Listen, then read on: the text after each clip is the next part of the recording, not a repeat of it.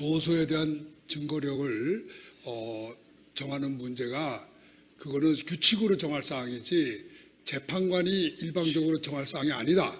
규칙 제정 절차를 거쳐야 된다고 제가 주장했습니다. 그러니까 전체적으로 저는 재판관님이 말씀하시는 거 하나하나에 다 이의를 제기할 수 없기 때문에 말씀을 안 했지만 저는 강일원 재판관이 개인 독단으로 규칙을 제정하는 어떠한 것에 대해서도 저는 인정하지 않습니다. 그거는 포괄적 이의입니다. 그리고 아까도 이야기했지만 어떤 그 중거법 문제를 무슨 마치 무슨 민사법이 준용되는 것처럼 이렇게 말씀하시는데 전혀 법적 근거가 없어요. 명백히 헌법재판소법 40조에 절차에 관해서는 형사소송법을 준용한다고 되어 있습니다. 그러니까 만일에 이걸 준용을 안 하시려면 왜 준용을 안 하는지에 대한 설명이 있어야 되는 겁니다. 법률에 명백히 준용한다고 되어 있는데 나는 해석이 틀리다. 그러니까 준용 안 하겠다. 이거는 어디에 그런 근거가 김평우 있습니까? 변호사님 그러니까 답변을 드리겠습니다. 지금 강일호 재판관이 지금까지 하신 건 전부 법률에 위반된 건데 그거를 마치 대표 변호사가 동의했으니까 넘어가겠다. 그거는 법률을 오해하신 거예요. 법률에 위반되는 행동은 판사도 할 수 없는 겁니다. 했더라도 그건 무효예요. 답변을 드리겠습니다. 그 헌법재판소법 40조에는 형사소송법을 준용한다고 되어 있습니다. 그리고 헌법재판은 헌법재판의 성질에 맞게 적용을 합니다. 그래서 저희들이 매일 재판관 회의를 거쳐서 이 절차나 진행이나 모든 것에 대해서 회의를 하고 진행을 하고 있습니다. 그 부분은 지금까지 소송을 수행해온 대리인들께서도 모두 아실 것입니다. 쌍방 대리인들께서도요. 그리고 그 부분에 대해서는 아직까지 크게 이의를 하신 분이 안 계십니다. 그리고 재판장님, 그거는 사리가 맞지 않는 말씀이에요. 그 부분은 아니, 서면으로 써내십시오. 국회가 만든 법률이 그렇게 정했는데 이거를 갖다가 국회 법률을 무시하고 재판관하고 변호사들이 둘이서 합의하면 법률을 깰 수 있습니까? 준용이라고 되어 있습니다. 준용은 준용 그대로 해야 되지 않습니까? 왜 준용이라는 걸 뜻을 갖다가 적용하지 않는 것으로 해석해요? 준용한다는 건 적용하는 방법에 관한 문제지 적용하지 않는다는 뜻이 아닙니다. 재판 진행은 재판장이 하는 겁니다. 아닙니다. 재판 진행에 대해서 의견을 말할 수 들어보세요. 제가 당사자의 말씀드리고 권리입니다. 있습니다. 김평우 변호사님, 그렇지 지금 않습니까? 저희가 굉장히 모욕적인 언사에 대해서도 그리고 굉장히 참고 진행을 하고 있었습니다. 그런데 지나치십니다. 아니 뭐가 지나쳐요? 저는 법을 설명한 것밖에 아무 설명이 없었습니다. 저는 아까 발언하실 때도 재판부에 대해서 굉장히 모욕적인 언사와 지난 기일에 재판부에 대해서도 삿대질이랑 헌법재판관식이나 하느냐 이런 말씀을 하셨습니다. 뭐라고요? 저희가 문제 삼을 수도 있지만 제가 뭐라고 그랬어요? 녹음이 다 되어 있습니다. 그 그래요. 부분은. 녹음을 딱 틀어보시죠. 그럼 제가 뭐라고 그랬습니까? 이런 다음- 법이 있느냐고 이야기했지 그거를 갖다 뭐가 잘못돼요? 다음 진행하겠습니다. 재판장님, 원만한 재판 진행을 방해하고 이 신성한 헌법재판의 권위와 신뢰를 저해하는 행위에 대해서는 재판부에서 단호한 조치를 취해야 된다는 것이 국회를 대표하는 소추위원의 생각입니다. 잘 검토해 주시기 바랍니다. 네, 그 부분은 저희가 별도로 검토하도록 하겠습니다. 일단 품격 있게 재판이 진행되도록 협조해 주시기 바랍니다. 이 사건이 일반 사건이 아니지 않습니까? 대통령 탄핵 사건입니다.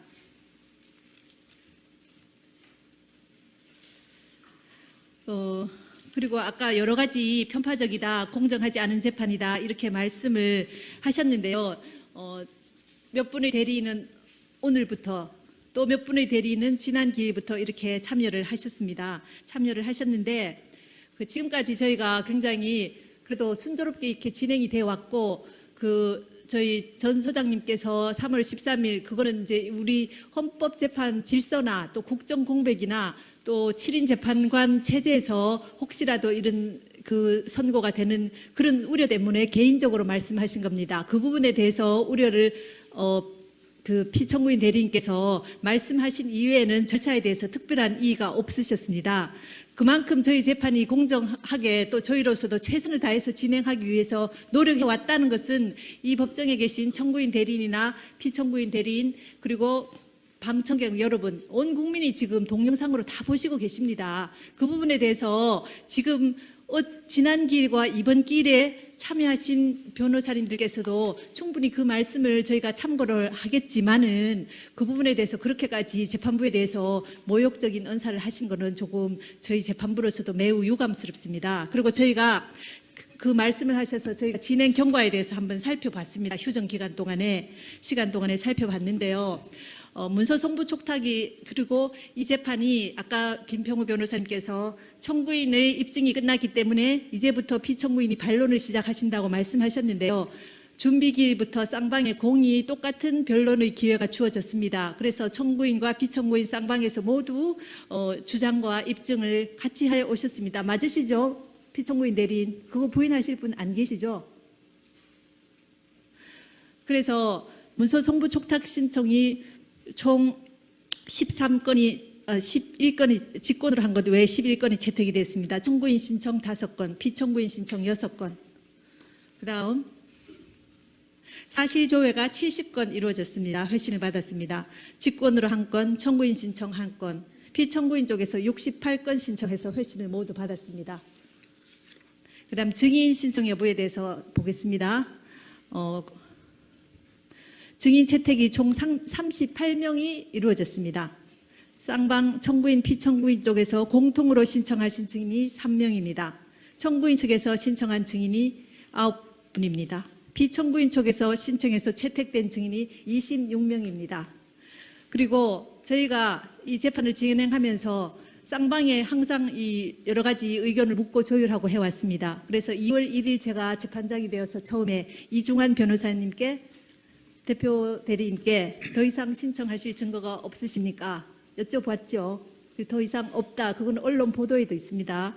더 이상 신청하실 증거가 없다 해서 제가 다 재차 여쭤봤습니다. 신청하실 증거가 없습니까? 없습니다. 현재로서는 없습니다.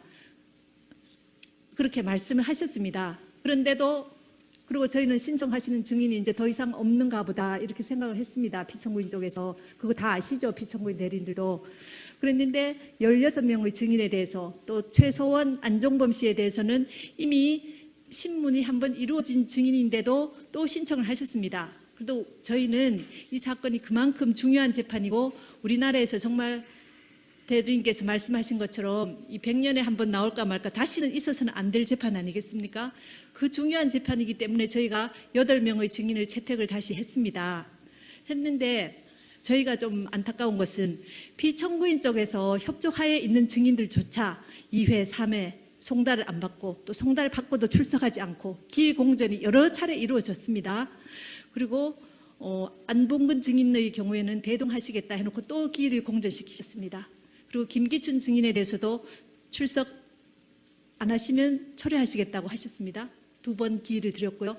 그런데도 불구하고 또 철회를 안 하시고 또 기일을 잡아달라 이렇게 하셨습니다. 그러니까 이것이 이 재판의 진행 과정입니다. 그리고 항상 이 장시간 이 법률적인 부분이나 이런 부분에 대해서도 충분히 이 변론할 기회를 드렸습니다. 그리고 저희가 막무가내로 뭐 증거를 채택을 안 하거나 보신 바와 같이 요청하신 부분에 대해서는 정말 불필요하다 하는 부분 외에는 증거를 모두 채택을 했습니다. 그러니까 이 부분은 재판 그동안 변론 준비기일 3회, 변론기일 14차례 또는 15차례를 거치면서 그 과정을 하나도 안 보신 분들이 나오셔서 이 재판이 불공정하다, 편파적이다, 이 재판 다 무효다 이렇게 말씀하시면 누가 납득을 하겠습니까? 이 부분을.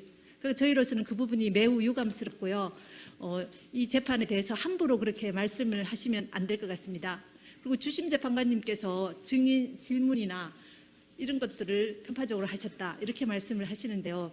그 과정도 지금까지 진행되어 온 과정을 모르시니까 그러신데 이 주심 재판관은 재판관 회의에서 논의된 사항을 중심으로 해서 이 재판을 주도적으로 이끌어 가시기 때문에 아까 말씀드린 것처럼 질문이 많으십니다.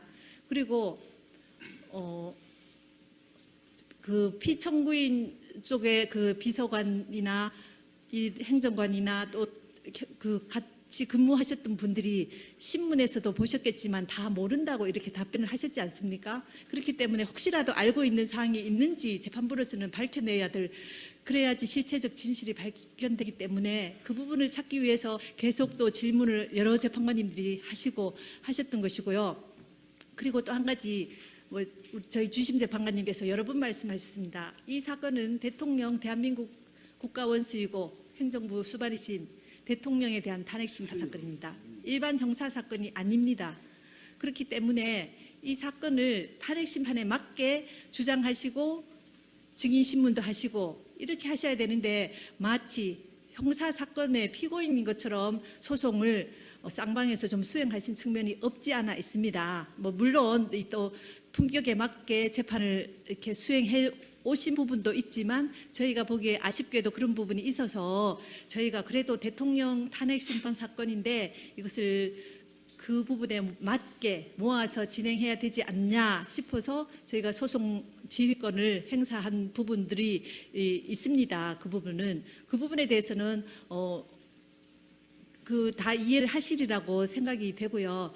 그 어떤 부분에 있어서는 정말 저희가 대통령 탄핵 심판 사건인데 약간 민망한 방향으로 이렇게 가는 이런 부분은 정말 안 맞지 않습니까? 그걸 모아가야 되는 부분이 있어서 저희가 그렇게 소송 지휘를 한 부분이 있는 것을 이해를 해 주셔야 될 것 같습니다. 그래서 일방적으로 그래 재판부를 매도하시는 그 편파적이라고 이렇게 하시는 부분은 이 지금까지의 진행 경과나 이런 것들을 잘 모르시고 이렇게 하신 부분인 것 같습니다. 자꾸 되풀이하시는데 제가 한번 이야기하겠습니다. 그렇지 않습니다. 지금요, 이 사건이 형사 사건이 아닌 것처럼 이 사건은 민사 사건이 아닙니다. 민사 사건은 당사자 처분주의가 적용되고 있습니다. 그래서 당사자가 합의하면은 사실 문제라든가 또 절차 문제도 어느 정도는 그것이 법의 정신에 반하지 않는 한은 합의할 수가 있겠습니다. 그러나 이 사건은 헌법을 다루는 헌법소송입니다. 그렇기 때문에 처음부터 이거는 물론 형사재판은 아니지만 또 더군다나 민사재판하고는 거리가 아주 멉니다. 형사재판은 오히려 이 지금 소추된 사건들이 전부가 형사사건이 위주가 되어 있기 때문에 형사소송법을 적용하는 게 훨씬 맞습니다. 민사소송법은 이 사건하고는 전혀 상관이 없습니다. 오히려 이 사건은 헌법소송이기 때문에 헌법의 정신에서 저희가 다뤄야 되는 겁니다. 그런데 당사자 처분주의를 여기다 적용한다는 건 그거는 말이 안 된다고 저희가 당사자 처분주의 적용했다고 말씀드린 적이 없습니다. 아니죠. 뭐 당사자 변호사들끼리 합의했으니까 이거는 넘어가겠다. 그게 당사자 처분주의 제가 아닙니까? 그렇게 말씀드린 적이 없습니다. 아니죠. 그런 뜻 아닙니까? 말씀은 안 했었지만 주심 재판관님이나 지금 재판장님이나 지금 여기 이중환 대표하고 다 이야기가 된 거니까 더 이상 이야기하지 말자.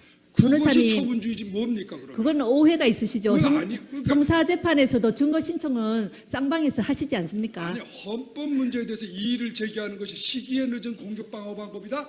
그거는 어느 법에도 근거가 없는 거예요. 시기에 늦은 공격방어 방법이라고 하는 건 민사소송에만 적용되는 겁니다. 형사사건에서도 적용되지 않습니다. 왜 그러냐면 피고인의 유리한 증거가 사후에 발견됐더라도 결심 단계에서 발견됐더라도 그 증거를 제출할 수 있는 기회가 주어져야 제가 되는 것이 인권의 기본 정신입니다. 그런데 시기에 늦었기 때문에 인권 침해한 것도 넘어가자 말이 되겠습니까? 그러니까 시기에 늦었기 때문에 헌법 문제를 다룰 수 없다. 인권 침해 문제도 다룰 수 없다. 이거는 헌법의 근본 정신을 저는 여기에 이 사건이 또 이 법원이 헌법재판소고 헌법사건을 다룬다고 하는 것을 생각해 보십시오. 절대로 그렇게 함부로 그렇게 헌법 문제를 갖다가 마치 이중환 대표하고 누가 합의할 수 있는 것처럼 그렇게 말씀하신다 그러면 저는 거기 점에 대해서는 정말 유감이라고 생각합니다.